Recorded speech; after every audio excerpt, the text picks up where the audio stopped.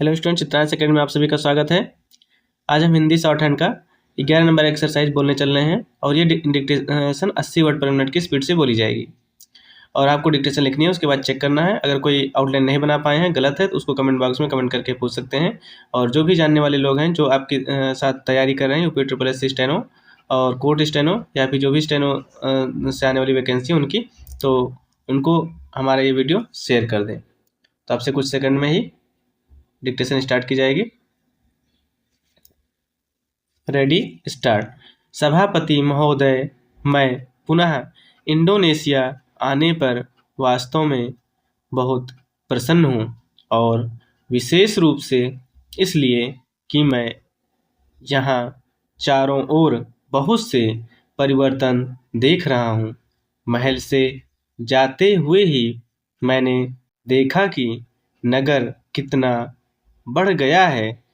मेरा और मेरे साथियों का आपने जो स्वागत किया है और जो प्रेमपूर्ण शब्द कहे हैं उनके लिए तथा आपके निमंत्रण के लिए मैं बहुत आभारी हूँ। इससे मुझे आपके सुंदर देश और प्रतिभाशाली लोगों से अपना परिचय फिर से ताज़ा बनाने और मित्रता प्रगाढ़ करने का अवसर मिला है। हमारी मित्रता केवल अतीत पर ही आधारित नहीं है। स्वाधीनता संग्राम के दौरान यह फिर शुरू हुई और अब स्वतंत्रता को सुदृढ़ करने के लिए समय बढ़ती जा रही है। आज की दुनिया में जबकि संचार साधन इतने विकसित हो चुके हैं, सभी देश एक दूसरे के पड़ोसी हैं। हमारे दोनों देश विदेशी दासता से मुक्त हुए हैं।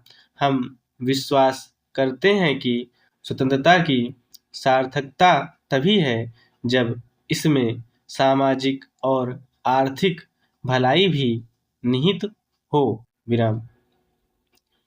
शक्ति का वास्तविक आधार आर्थिक स्थिरता ही है। इसलिए कम विकसित देशों को आर्थिक दृष्टि से सशक्त बनाना सब राष्ट्रों का पहला काम होना चाहिए।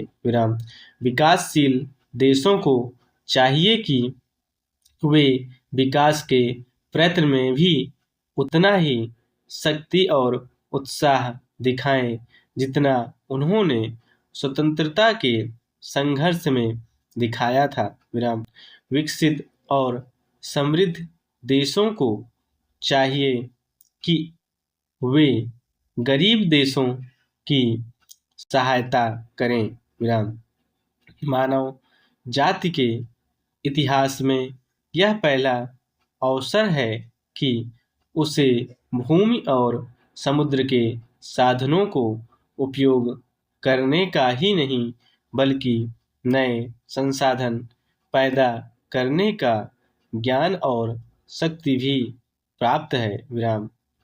सब लोगों के लिए अपार साधन उपलब्ध हैं और आपस में एक दूसरे से मुकाबले की आवश्यकता नहीं, लेकिन यह परमावश्यक है कि ये संसाधन समान रूप से सब में बांटे जाएं। इस तरह के सर्वतोमुखी विकास से केवल हमारे अपने अपने देश की जनता ही भलाई नहीं होगी, बल्कि इससे शांति और मित्रता का एक नया और अनोखा वातावरण पैदा होगा। हमारे देश को आर्थिक कठिनाइयों से जूझना पड़ा, लेकिन अब वे उन पर नियंत्रण पाते जा रहे हैं।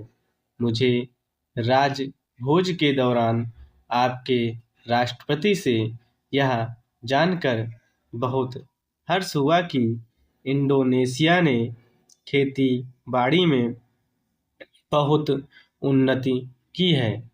हमने भी भारत में केवल कृषि ही नहीं, अन्य क्षेत्रों में भी बहुत प्रगति की है और प्रयत्न में लगे हैं। विराम। तो इस डिक्टेशन को आपको चेक करना है। उसके बाद अगर कोई आउटलाइन नहीं बना पाए हैं तो कमेंट बॉक्स में कमेंट करके पूछ सकते हैं। और हमारा अगर वीडियो अच्छा लगा हो तो लाइक करें, शेयर करें और हमारे चैनल को सब्सक्राइब करें। Thank you.